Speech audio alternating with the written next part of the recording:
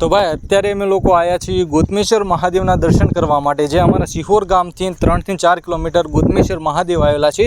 તો ત્યાં અત્યારે મહાદેવના દર્શન કરવા માટે આવ્યા છીએ અને મહાદેવના દર્શન અમે લોકોએ કરી લીધા છે. અત્યારે અમે લોકો તળાવ તરફ આવ્યા છીએ, જે ઉપર તળાવ આવ્યું છે.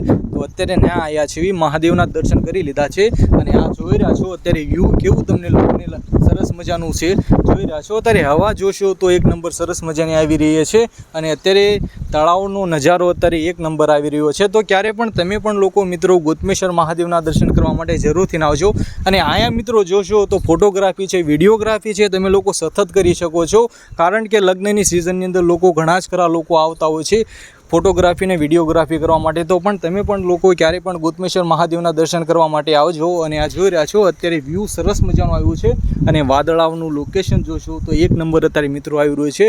જે ભાવનગર જિલ્લાથી મિત્રો ઓલમોસ્ટ ગોતમેશ્વર મહાદેવ આવેલા છે 23 થી 24 થી 25 કિલોમીટરની અંતરે આવેલા છે. તો ક્યારે પણ તમે લોકો મિત્રો આવી શકો છો મહાદેવના દર્શન કરવા માટે. જય મહાદેવ.